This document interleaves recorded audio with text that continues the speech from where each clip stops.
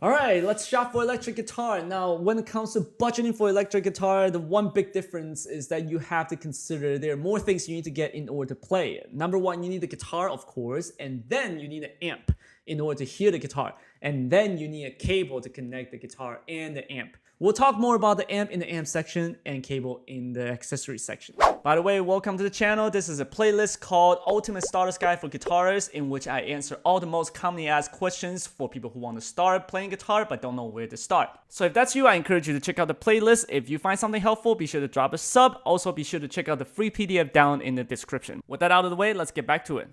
Now, the world of electric guitar is much more vast than acoustic. In acoustic, it's really just steel string and nylon. So naturally, electric guitar manufacturers will specialize in genres. So when it comes to buying the first electric guitar, the type of music or the genre will be a very strong determining factor. If you know for sure you want to play heavier music like metal or rock, you may be considering brands like Jackson, Schecter, Dean, or maybe some Ibanez. If you play more mellow music, maybe R&B, country, soul, maybe PRS, or Gretsch. Now, those are brands that specialize in certain type of music. Now, there are also brands that just do everything. For example, Fender Stratocaster is just, it's so iconic, and the Strat is used in all genre. Now, for first time buyer, you probably will be looking at Squier, which is owned by Fender. They make more budget-friendly entry-level guitars. Now, another super popular one is Les Paul, which is made by Gibson.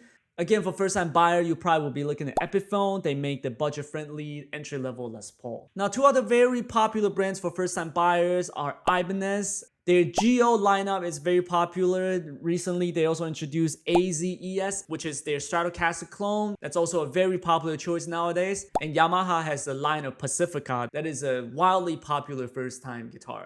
Before we move on, just let me emphasize that none of what I talked about is a hard rule, meaning you can literally play any type of music with any guitar. So then why bother? Well, different guitars are fitted with different features, and some features just fit certain type of playing better. Like, yeah, you can certainly play metal with a jazz guitar, but at some point you will feel like you can't get that sharp metal tone you want, and maybe the neck is just too thick to bend at high frets. That's why it's still a good idea to start off based off the music you want to play. Now, one of the most common questions that I get when I'm helping customers is, what are those knobs and switches?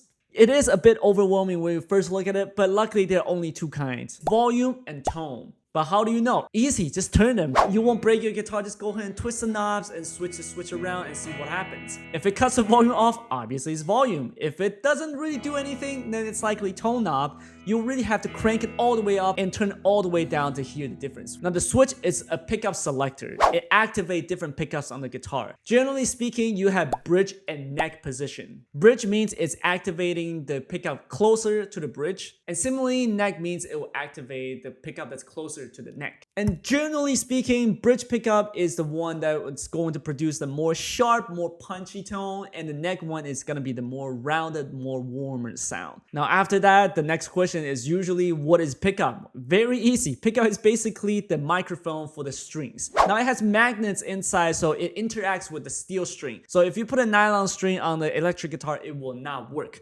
unless the guitar is equipped with specialized pickup. Now, when it comes to pickups, there are only two kinds. One is single coil, which is the smaller one. The next one is humbucker, which is the fatter, the more rectangle looking one. Now, single coil usually have more warmer, rounder sound, and humbucker has a punchy, sharper sound. If you want to make the guitar chug and you want to make the guitar cry, you probably want to have a humbucker pickup on the bridge position. Now, the next common question is whammy bar. Do I need it? No. As a first-time buyer and a beginner guitarist, you will very unlikely be using whammy bar. If it comes with it, like any Stratocaster from Squier is going to come with a whammy bar, then great. If it doesn't have it, don't fret it. You likely won't need it. Now, when I'm teaching or advising about buying a guitar, I almost never set a hard rule, but there's definitely one hard rule I always advise people, and that is don't buy a Floyd Rose guitar as your first guitar. Now, Floyd Rose is a type of bridge that's kind of like whammy bar, but it's a bit more extreme. It's also called floating bridge. It's the one that you can do all kinds of crazy dive bomb, like Steve Vai or dive bag, those kind of crazy sound. You won't need that